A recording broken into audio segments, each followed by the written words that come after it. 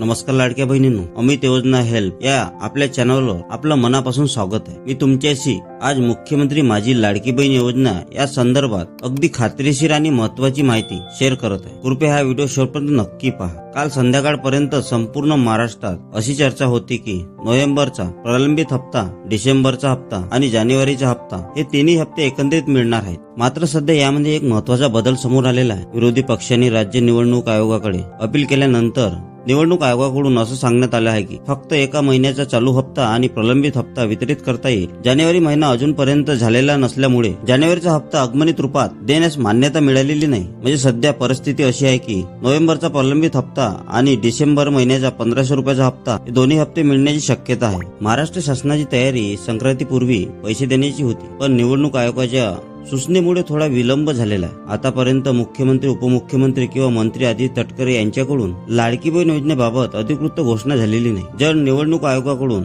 निवडणूक पूर्वी हप्ते वितरित करायचे असतील तर आज किंवा उद्या कधीही पैसे खात्यात जमा होऊ शकतात। पण लक्षात ठेवा, जर आज उद्या हप्ते आले नाहीत तर 16 तारखेनंतर हप्ते मिळण्याची शक्यता आहे।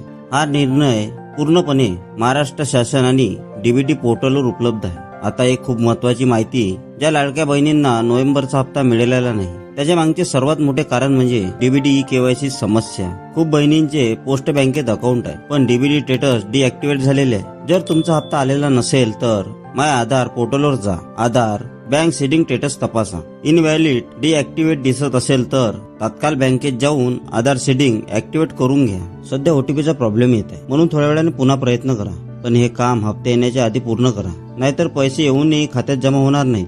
ही महत्त्वाची माहिती संपूर्ण महाराष्ट्रातील लाडक्या बहिणीपर्यंत शेअर करा। हप्ते वितरण सुरू झाल्यानंतर संपूर्ण अपडेट मी तुम्हाला अमित योजना हेल्प या चॅनलवर सर्वात आधी मिळेल।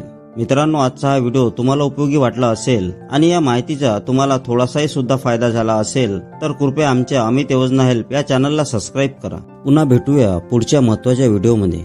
जय हिंद, जय महाराष्ट्र।